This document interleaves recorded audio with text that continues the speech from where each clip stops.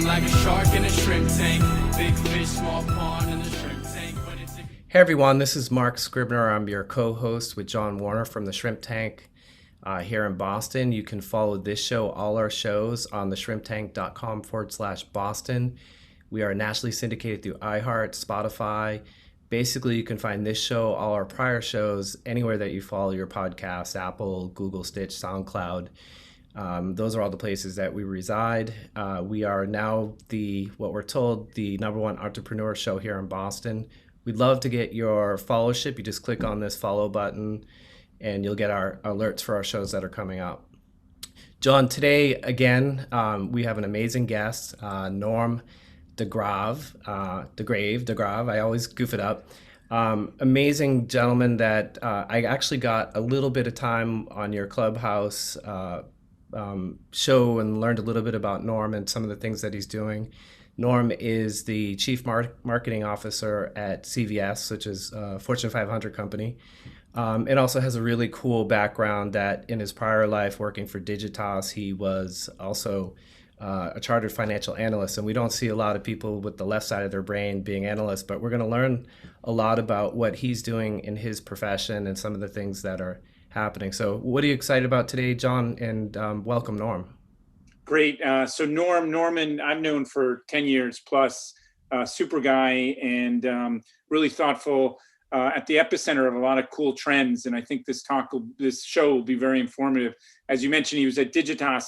He went in there as a talented guy and ended up running the Boston office, which I think was like the mother chapter for this national agency. And he really built the analytics team. Digitas is all about analytics, helping their clients understand how to get to the right consumers, how to optimize their spend and invest in the right experiences. And Norm was an architect of a lot of that. They had clients like GM, Bank of America, and led them through digital transformation. I mean, today we think of that as like oxygen, but Norman was doing that. I also had a friend of mine take an entry-level job at Digitas, McAlvin Romaine, who's doing great, got a full ride at Ross Business School and is working at Lantern now. But he went in and was a reverse mentor to Norm. A lot of these CEOs think they have it all going on and they don't need any help. And I was really moved how he worked with McAlvin, not only to help him in his career, but said, McAlvin, help me with my career. McAlvin, Haitian American, grew up in one of the neighborhoods of Boston. I think that was a really transformative experience and just tells you a little bit about the kind of guy we're interviewing today. He also coaches his kids in a mountain bike team. He's rode about 2,000 miles this last year, so he's an experiential kind of guy. And in the last 6 years, CVS was, I think, in the teens as a Fortune 100 company, but now as a Fortune 5 company. And I've been tracking Norm the whole time. The company CVS has 10,000 retail stores about, and it was founded in 1963 in Lowell, so it's an export of Massachusetts. And health has become a major, as we see GE kind of fall off the Fortune 10, we see CVS kind of climb in there. And Norm joined right at the time when they said, we're not going to sell tobacco. And I think that was September 3rd, 2014. And that's made a big difference in how they're seen as a community member. And it's give them an interesting platform to lead in other ways. And what I hope in this show, this is the Link Venture show. We really think about direct-to-consumer opportunities and ways to use data and analytics to help scale companies. And I'm interested what Norm is seeing, what he's thinking, what's around the corner, what are some trends that people may not be aware of. Norm is such a great observer of these things, and I'm excited for our audience to learn from him. Yeah, let's dive right into that in terms of obviously with COVID, the pandemic.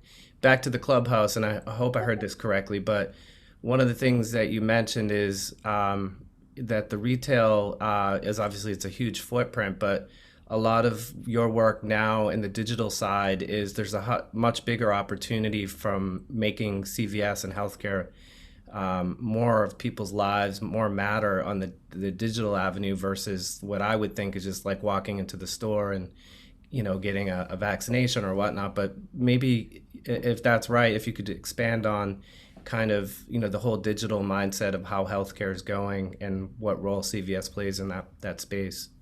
Yeah, sure.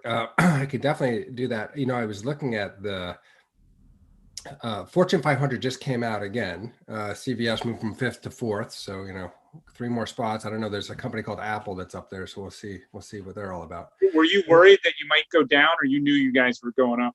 I thought we'd probably go up. I mean, we've been growing a lot. But if you look at the top 10 companies on the Fortune 500, 4 are tech companies, 4 are health companies.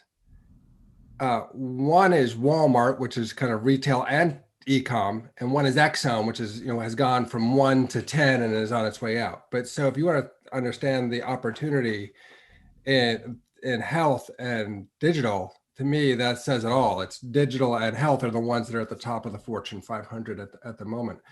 And essentially what's going on is you've got a healthcare system that has done many wonderful things. I mean, it's created incredible innovations for helping complex conditions and health and incredible operations. But it's really not been built around the consumer. It's been built around the academics, the hospitals, the innovations. And so, we all realize that when we call the doctor and try to set up an appointment and they say how's Tuesday at 2:00, and you're like, well, it's terrible, like it's not good for anybody. Like, I don't know, why would you ask that question? How's Tuesday at 7 p.m. for you? Like, that's when I can actually make it to the doctor. And so what you realize is that the fundamental well, actually, let me one more piece before I even get into that, is if you look at the biggest things driving healthcare costs today, they're not these they're chronic conditions. They're not episodic conditions of like, I have a terrible thing happen to me and I need it fixed. The top drivers are high diabetes, high blood pressure, anxiety, depression, these sorts of things that are just kind of need to be maintained. And so what we have right now is a system that's actually been built around incredible innovations around episodic care, and we have a massive rise in need for chronic care. And so we just have a mismatch in the system and the cost of that system versus the needs that people have every day. And so when you then think about what drives human behavior and what drives human behavior, and we see it a lot in the retail side of our business, which I love, it's like, you want ever want to get rid of like the big talkers and egomaniacs, put them in a retail business, because you'll find out tomorrow if your idea is good or not. And so what you see drives behavior is convenience and value. There's lots of other things, assortment, all kinds of things, but like at a core, and those things just aren't really present in healthcare. And so what COVID did, as it did in so many, retail businesses, everybody went online. We're all sitting in front of our WebEx and buying stuff at the same time on Amazon or wherever.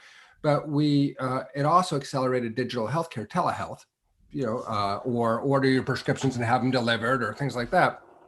And so what you see is that the need for convenience is now being delivered upon by the healthcare system and digital health. And so that trend is going to continue in a massive way because it's just so fundamental to what people need in their lives. We're busier than we've ever been.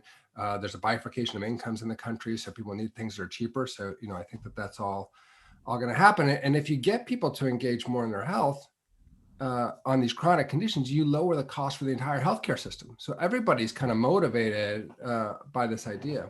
Now, what I will also say, though, is the power of the human connection in health is massive. And I mean, like quantified, very, very massive, like a human being who cares about you and wants to help you get better. And so the actual magic might be a combination of a human connection and a digital tools to enable convenience. So there's a lot going on in the health space and digital, and it's rapidly evolving, and we'll see where it goes.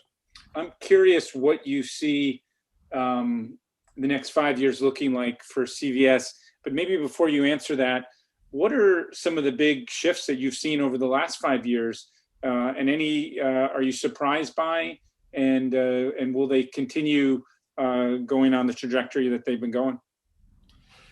Well, I think the was the biggest shift over the last 5 years, but it had different implications than it's going to have going forward. So over the last 5 years, you saw the rise in e-com and some digital health. And really what that did is put the pressure on a lot of brick and mortar retailers to have a better experience or to have some more assortment or to also have an e-com site. You kind of had to it kind of put pressure to make what you were already doing better. What I see happening going forward is actually just like a different paradigm of what digital is. And so, if I take, for example, I think there's some degree of shopping. We're not in the apparel business, but I can imagine that apparel shopping with friends, it can be a really social experience and people like to do that. But what's happening in China now is these incredible streaming shows that are social in nature, but also showing you new clothes that you can order. And so the whole, it's just accelerating into whole different ways. It's not the old thing done better. It's entirely new things that are showing up. And so the theme is maybe the same, but the implication is fundamentally different. And by the way, even in retail, we're really only around 20% penetration in e-commerce. And, just think about that, 20%. That means 80% of your stuff is you're still bought in stores. And so that there's just so far to go with that. And then think about health. I mean, let's round it to 100% is still in person, right? Telehealth is growing, but still small. And so sometimes I think, like, I've been in this digital business for 20 years, and you can kind of think like, wow, that was a lot. And you just realize we're just so It's a small scale. Clearly at the beginning. Yeah, infantile stages.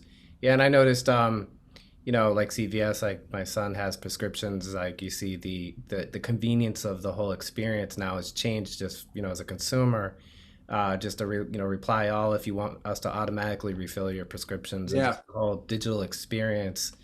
So you are going to that physical location just because it's across the street, but I can see that really changing pretty dramatically. I mean, do you envision the shift in the next few years for the footprint of the physical stores to like change, or the whole experience that you had mentioned something prior? Why does it matter, like in the whole experience from a health perspective? Like, do you envision like the CVS store more being like a wellness center place type of an environment?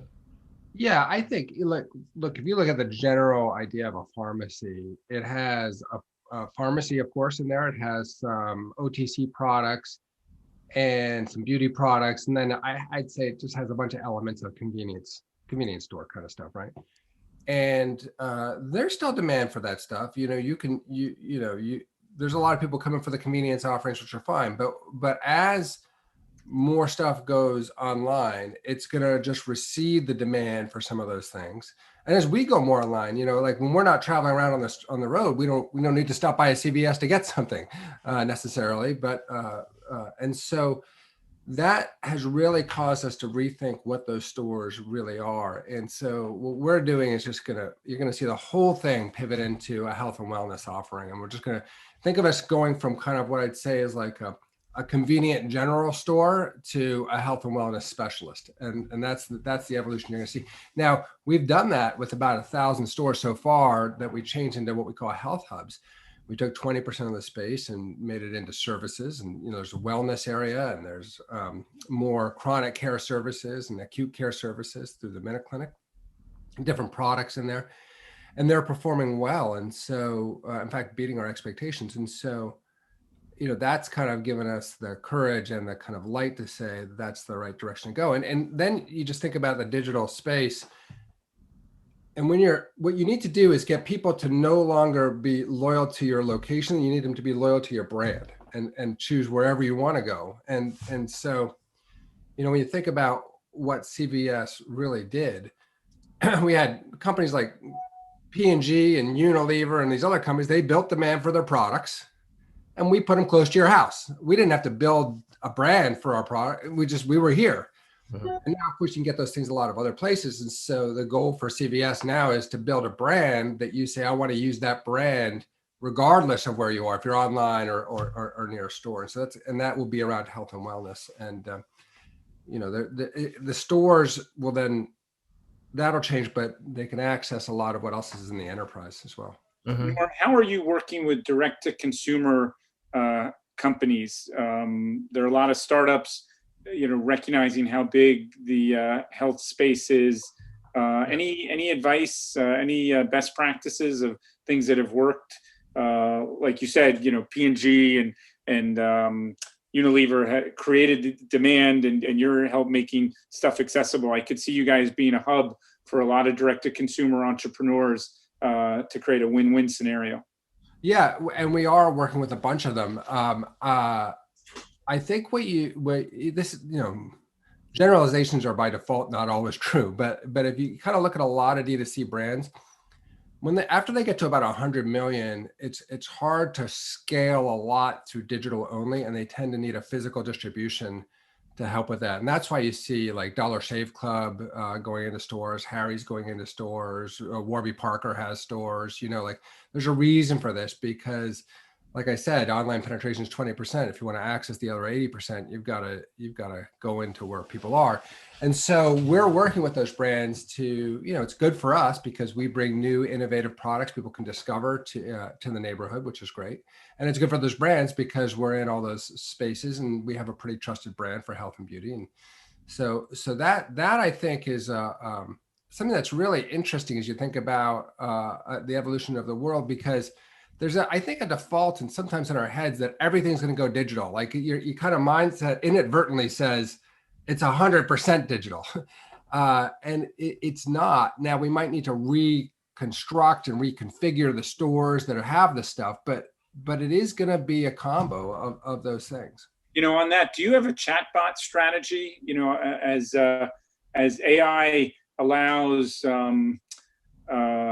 chatbot to be more woven into our lives. I mean, Alexa and Siri are there, but I think there's some interesting stuff with chatbots, and I know you communicate through long receipts, but I think there's something with chatbots that could be very interesting for your customers. We do have it, and we are exploring it more. I think that there's great.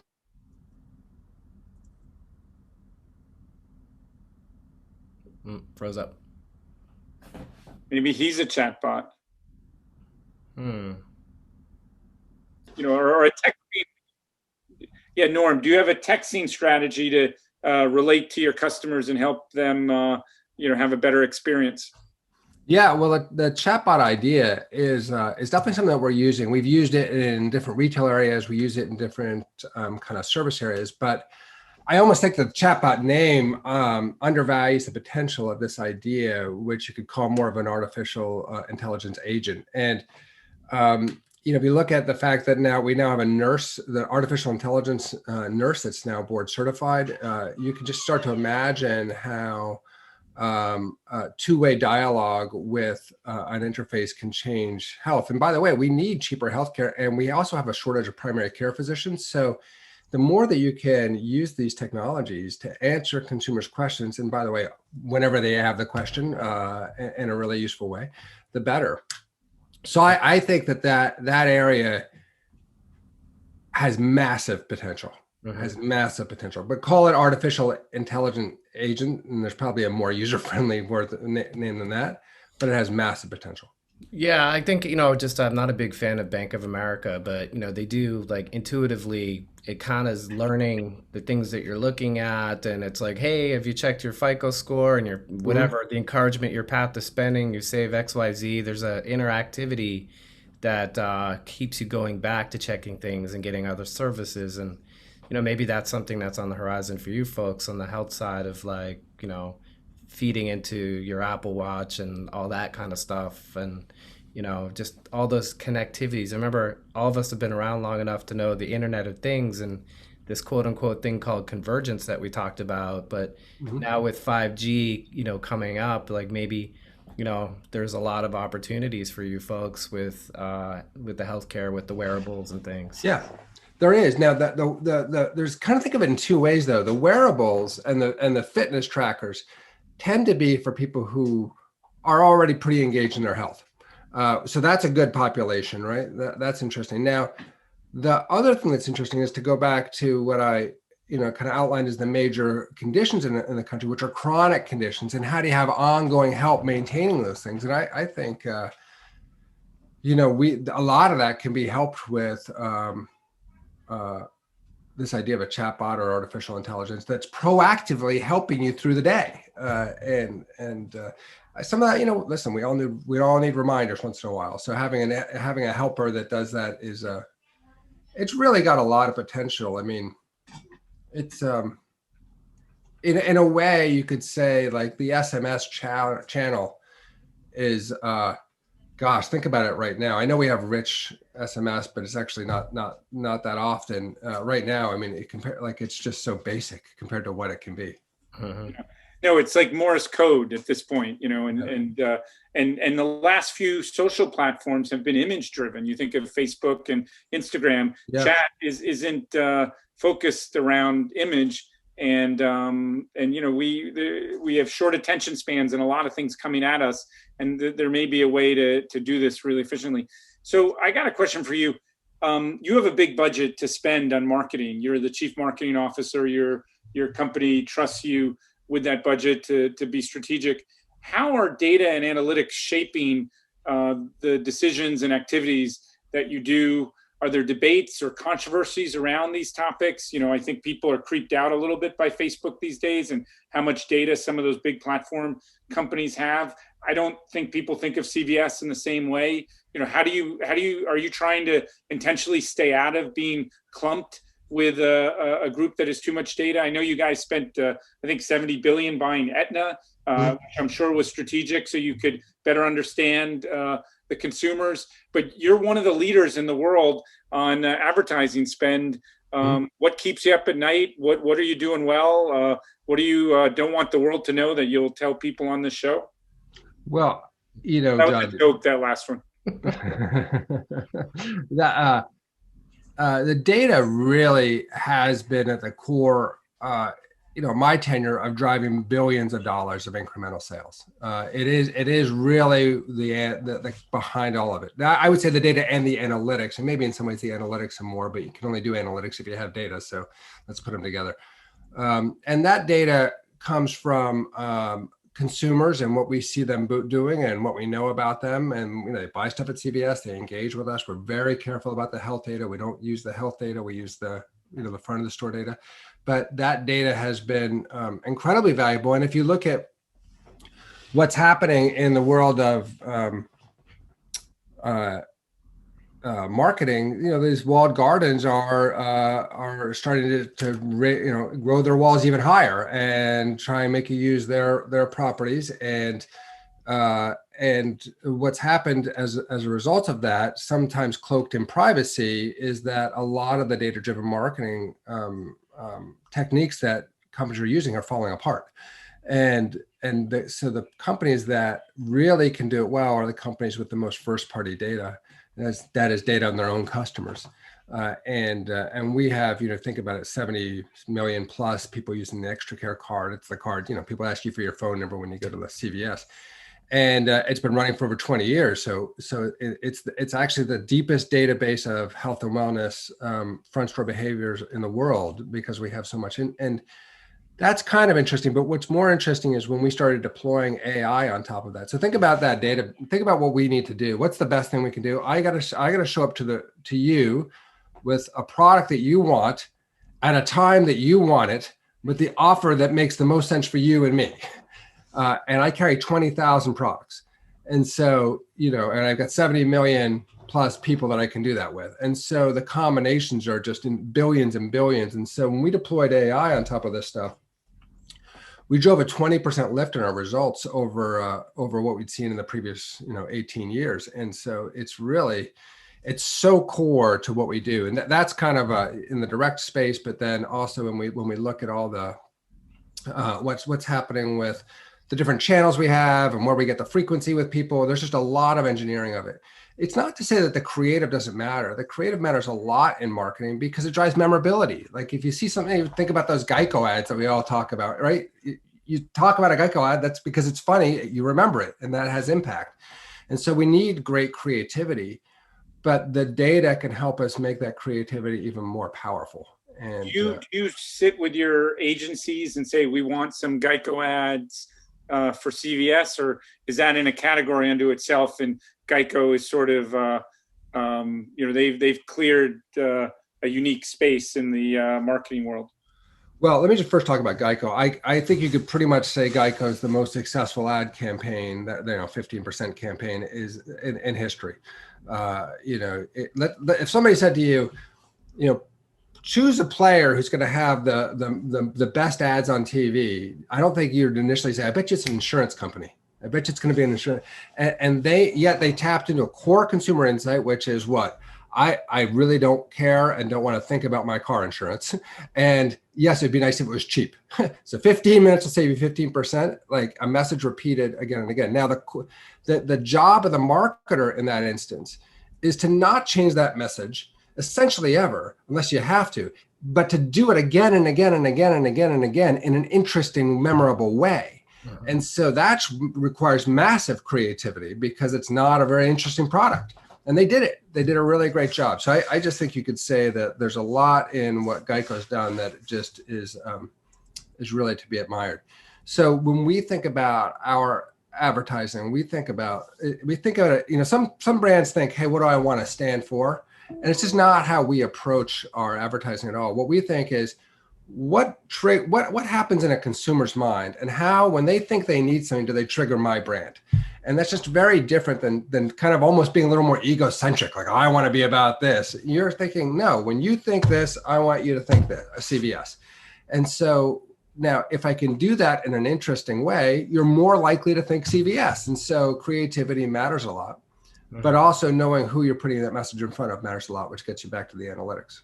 Which, by the way, we have a large analytics team that is engineering the spend, the targeting, the message every day. Mm-hmm. Who's out there that kind of keeps you up at night? Like, are there Amazons of the world, or these other people that also have their own pool of analytics and studying, obviously with data and AWS. But is there anybody out there or that you kind of keep in your close proximity? Well, yeah, of course, Amazon, you have to say that they're a formidable competitor, and on an analytics front, exceptionally talented. I think Walmart's done a really good job transitioning in this world to be more digital oriented. So they're, of course, on our list. There are some other players as well. I think you can get pretty worried about different competitors showing up. I mean, I could pick a small company that's not going to have massive impact to me tomorrow, but worries me because they really nailed a solution. And so the thing that I try and get the team focused on is just deliver on your customers' needs better than anyone else. Stop obsessing about a competitor other than what you can learn from that competitor, because maybe they did have a good idea. So if they have a good idea and you can replicate that similar functionality in a legal way, great. But don't spend your time obsessing about these competitors. Spend your time obsessing about what is the consumer need and how can you deliver on that better and better and better and better. And if you make that a discipline every day, what happens is you take your product and you get up the curve to 80% good, then to 90% good, but you need to be devoting as much energy to going from 98 to 99% as good as you did to get to the first 80%, because it's all those edge cases that, when they're solved for, create a reputation for like flawless, intuitive experience. Mm-hmm. Mm-hmm. So back in your early days, you were a CFA. You worked on the data. How does that skill set translate into your current job as a CMO for CVS?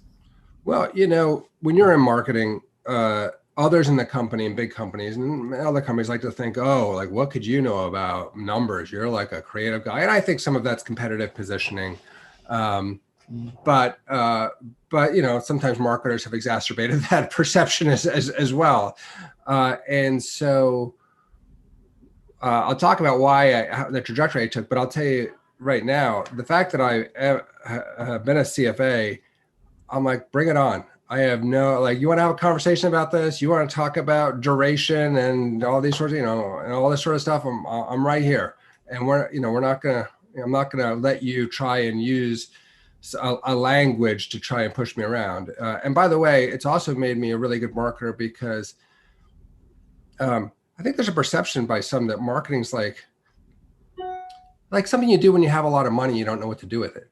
And and it's just never how I came at it. To me, marketing was like always a way you can build a business. And, I can now go to our finance team and say, I've got ways for you to produce 200% returns in 3 months. Do you have other options that can do that? Why don't you park some of your money over here? Right. And it's just a totally different discussion to have with people. Now, the way I got there was through the analytics. It's what took me into being a CFA. I was kind of curious how the whole system worked. It took me into management consulting because I want to understand how that system worked. Then I got interested in consumer-driven growth for companies, and that took me to kind of the digital space, and then into the marketing space as well. But the digital space, like if you look at brands today, they're built 75% by experience.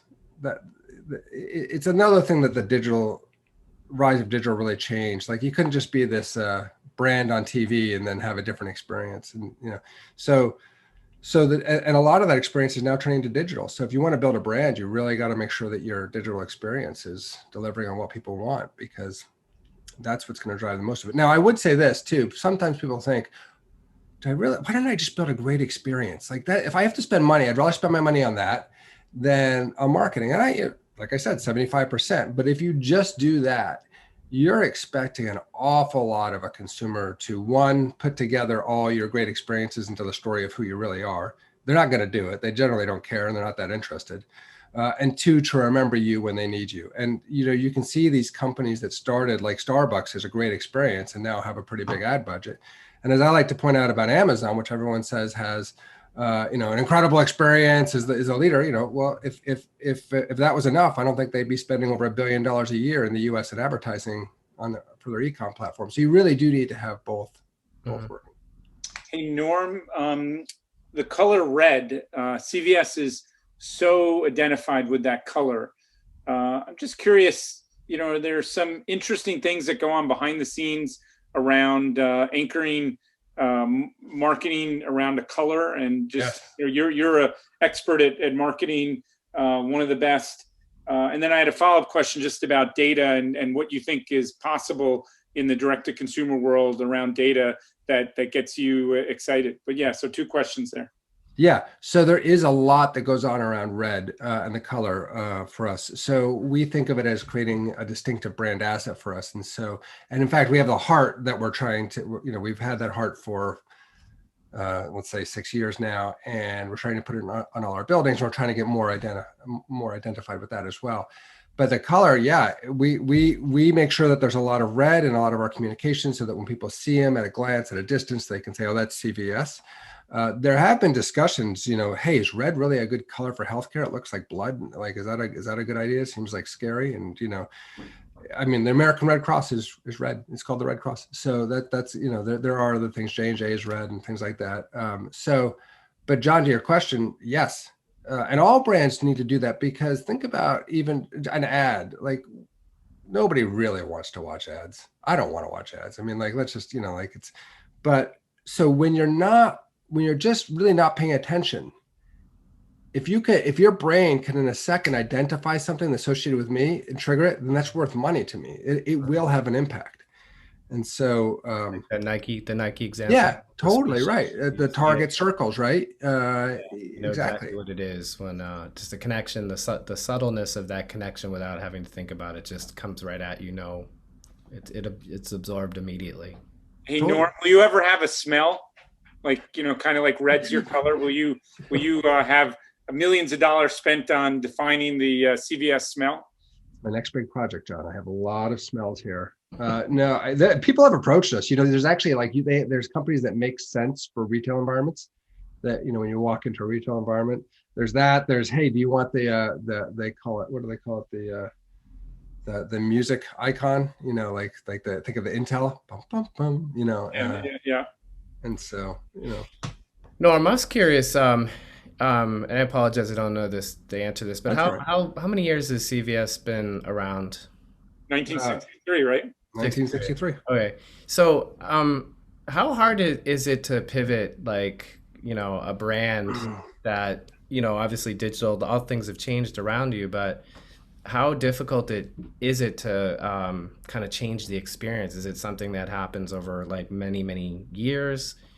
Just curious about that because It's a really good I grew question. up I grew up with CVS and I know the experience that I had and now I know it's changed, but I'm just like, how quick is quick in terms of like having that impact to pivot? Yeah, it's a really good question, Mark. And if you think, you know, if it started in 1963, it really wasn't until the 2000s that it even needed a switch. There was enough growth in just building out pharmacies around the country, and then what CVS did, which is essentially a roll up of different pharmacy chains across the country to get to a national chain, and Walgreens was building out its own network, and so that worked for a very long time. And so then in the 2000s, we decided to pivot into adding the Minute Clinics, having more services in the store. So we bought Minute Clinic, and we bought a company called Caremark, which helped. It's more value chain kind of thing. And that took a while to kind of figure out, honestly, like, how does that really work? We had a theory that it was going to be more about health services and more connection with the PBM, but it took a while to work out. And now we're on a new journey with Aetna. It's what I'd say is we've been pretty successful at pivoting if you just look at the numbers, and it takes time and it's not easy. And so I've talked in the past about just this theory of like business and evolution. I really just see it as like, what happens at first? You spot an unmet need in the marketplace. You create a product or service to meet it. You're an entrepreneur. You make some money. Everything's great, right? You grow your company at a certain level. Then you start to think, well, I got all these. That's stage one. Stage two is you start to think, I got all these customer relationships. What else can I sell them? Right. So now you start to build out your product or service portfolio. That's stage two, and you start to drive growth that way. Maybe it's if the first stage was actually had a lot to do with creativity and risk taking. The second stage still has some creativity and risk taking, but the third stage is, now that I'm at scale, how do I drive efficiencies, drive out profits? Kind of better supply chain, lower pricing, that sort of thing. And most big companies are somewhere in stage three. And so it creates a mindset of analytics. It creates a mindset of just an operation mindset. And so, but to grow again, you actually have to go all the way back to stage one and create a product or service that meets an unmet need. And so you can kind of think of these S curves that go up the chart, whatever. And so where CVS has been, if you think our first S curve was kind of pharmacies. The second S curve was a bit services, but also value chain integration. So think about back end, maybe a little bit less experienced by the consumer, but it was experienced by the B2B clients. And then now with Aetna, this is really how we transform health services. And transforming health services, it's not just hard to do for the industry. It's hard to do for us. Like, we got to figure out how all these services work together. How do they make money? Who's in charge of what? How does it come together from the consumer experience? And so I think it does take years. I think it does take years, but I also think that without it, you stay in stage three and you just stay on what I call, a path to efficiently go out of business, because your revenues will go down, then you cut your costs, then you keep just spiraling down that way. Hey, my last question, Norman, for you is, purpose-driven company. A lot of people talk about it. They give it lip service. I know the tobacco decision, I feel like helped give you a moral platform around purpose, but maybe talk a little bit about how important has that been for CVS's success? And do you have any advice for other founders, other companies trying to run purpose-driven companies? I get the feeling Generation Z and whatever generation that comes after that are not going to like the leadership if they don't believe the company has purpose. Can you give some insight to that? Because I feel like you guys, if you were an Uber driver, CVS would get 10 stars on this. You guys really get this right. And I'll have a follow-up after that to build off John's. But okay, good. I think if you look at the last 6 to 7 years, it's been the core of what's driven our growth. And I mean it this way. it's not just been an ad that is touching and a set of CSR programs that are valuable, but not enough. It has actually been at the core of where we are, and it has inspired innovation in the company. So we got out of tobacco, and what that did was give everybody in the company a clear sense that I could do something that was about helping people be healthier, and I might get rewarded for it too. And it spurred innovation across the company, from getting a generic EpiPen at close to $10 to getting out of parabens and phthalates and chemicals of concern in beauty, to having all of our vitamins tested to be trusted, to not photoshopping any of our images in beauty so that people can have more realistic expectations. And it just keeps going. There's probably 9 or 10 of those things. And if we hadn't gotten out of tobacco, I don't know that we would have had credibility to build these health hub stores. And people, oh, that's great. You want to help me, except you're trying to sell the #1 killer in America in the front. That's terrific. And I don't think we would have been able to buy Aetna, because they would have said, I don't want to be associated with a company that sells that product. And so I think it's really been at the core. Now, I do really mean this. There's a lot of talk about purpose-driven brands these days, and it's basically impossible to be a purpose-driven brand. You have to be a purpose-driven company. You have to decide that it's not just an ad. It's not just your CSR programs. It is a deep commitment and demonstration to your purpose through the actions you take. I mean, I'll give you a great example outside of CVS. I think Unilever's been a phenomenal example at how they think about the supply chain, how they think about improving the lives of people and communities, because they know it's good for their business. And so I think that it's been really core for our growth. So this will be my last question, and I know we're running a little bit long for today, but on that same kind of realm, you folks are a corporate citizen, and how much time do you put into maybe influencing the whole healthcare space from, I would say, from a policy perspective? I mean, you hear about big pharma, they have maybe a bad rap sometimes. But do you have a seat at the table, like trying to, change some of these roadblocks and things and the accessibility type of stuff for everyone? So you have such a big footprint. It's an important focus for us. We dispense more prescriptions than anyone in the country, which, so their policies affect our business, and we have the scale to affect their policies in a positive way. And so we spent a lot of time thinking about it. The pharma side, we've really looked at that and said, should they be advertising as much as they are to drive demand, or should they be using other techniques to kind of encourage people to use their product? And so I'd say it's important. If you look at COVID was a great example, though, of a real great public-private partnership where we worked directly with the federal government on delivering testing and delivering vaccines, and Project Warp Speed. And it was just it was a really productive way. They knew that they needed us, and we knew that we needed them. And so it really works well. And don't forget that, a lot of our customers are on Medicare and Medicaid, which is paid for by the government. So, we have in some ways you could say the government might be our biggest customer. Right. That's important. Well, I'd like to remind all our listeners, you can find this show, all shows, shrimptank.com/Boston, Google Stitch, SoundCloud. We'd love to get you to subscribe and follow the show.